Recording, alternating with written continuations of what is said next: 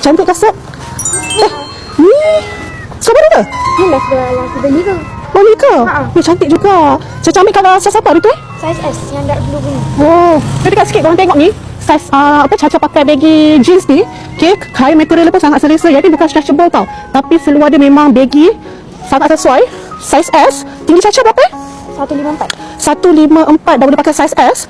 Okay, nampak cantik. Selesa tak? Selesa? Panas tak? Sekarang musim-musim panas kan, kita nak jeans yang orang kata tak panas sangat. Kadang-kadang yang jenis yang terlalu heavy sangat dengan jeans pun kita rasa panas tau. Yang ni sangat cantik je. Ni colour dark blue. Dia ada 3 colour tak silap ni. Betul ke 3 colour? Ada 3 colour. So yang ni saiz S. 153 ketian Caca. Berat tak tahu berapa? 38. Berat 38. Dah sesuai lah pakai jeans yang macam ni. So rasa longgar lagi tak dekat bahagian pinggang?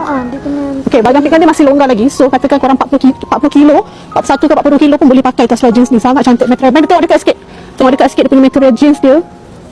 Okay, dia tak terlalu heavy sangat tapi still nampak cantik lah. Dia flowy. Okay, yang ni korang boleh klik dekat beg kuning tu korang. Ibu beli kat situ. Cantik lah. Dia ada kali hitam kan? Sesuai lah. paling hot. Ni paling hot. Oh, ni paling hot. Caca kata ni paling hot, korang kena beli yang ni. Okay, klik kat beg kuning.